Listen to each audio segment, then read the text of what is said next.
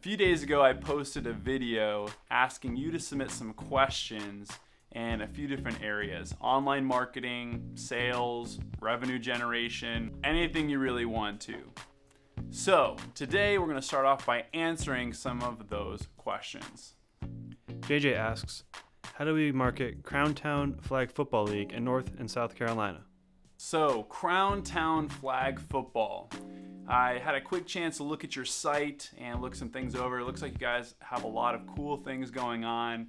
I like the fact that you are using SumoMe.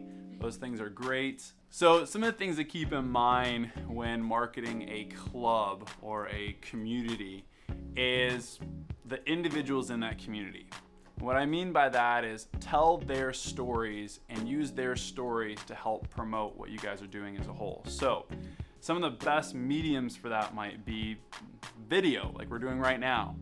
Do interviews with them, whether it's with an iPhone or whether a flip camera, if those even still exist, or a GoPro or whatever, and just take videos of different people and get them to tell their stories. What will happen is when you put that on your site, they'll get super excited about it, they'll tell all their friends, and then all of a sudden you have all their friends who probably have a lot of similar interests checking out Crown Town football. You can see this a lot. Some great examples are CrossFit gyms. What they'll do is they will post the daily workout for the next day, and they'll always post a photo of whatever happened previously, and they'll highlight one member or a couple members in that photo. And it becomes kind of a little bit of this like celebrity appeal thing where people will be like, sweet, I made the page, I made the website or whatever.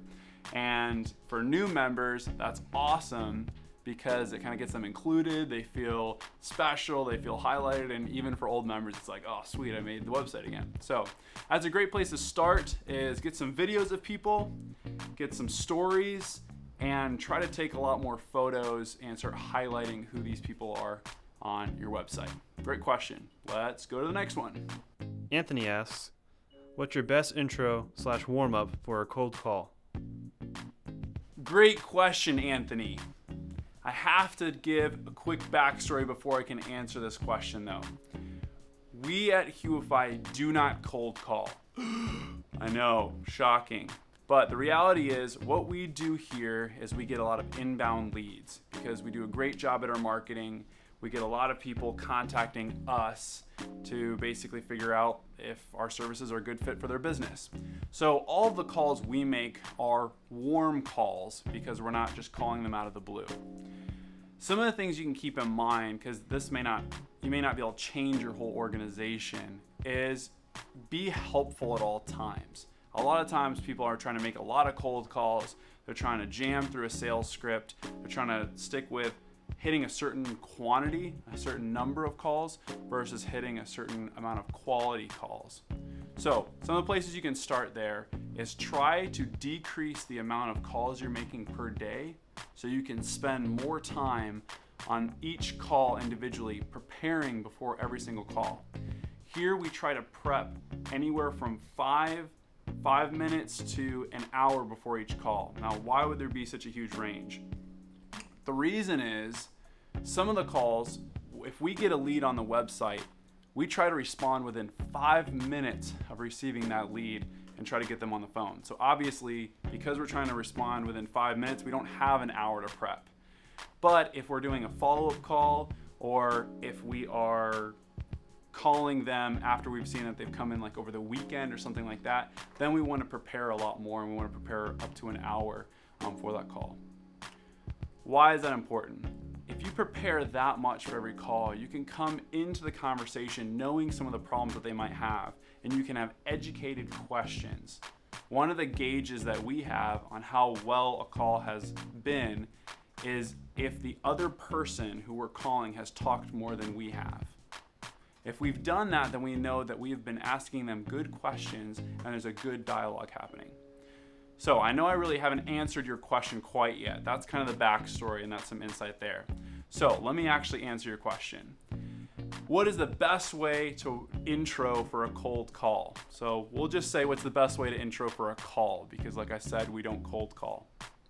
The best way to intro for a call is to ask them how you can help them. One of the ways we start here is we will tell them, basically, Anthony, I'll say, "Hi, Anthony, I saw you filled out a form on our website, and I had a few minutes here between meetings and everything else I'm doing. It seems like you've got some questions, and I've got some time. I'd love to help answer some of the questions you might have." And then I just shut up. After that, I let them talk, and then I field their questions so they really know, one, I'm listening, and two, I can sit and figure out what exactly is a good thing that they might need depending on the problems that they have. Luke asks, how many licks does it take to get to the center of a Tootsie Roll Pop? All right, Luke. I'm glad you asked. I am gonna have to get back to you on this one. I'm gonna have to do some research and figure out how many licks it takes to get to the center of this lollipop. Thanks so much for the questions you've submitted. In this show, we want to try to cover some 3 main topic areas: online marketing, digital sales, basically driving revenue through any digital means, and honestly, anything you want to talk about. So please put your questions below in the comment section, and we'll go from there.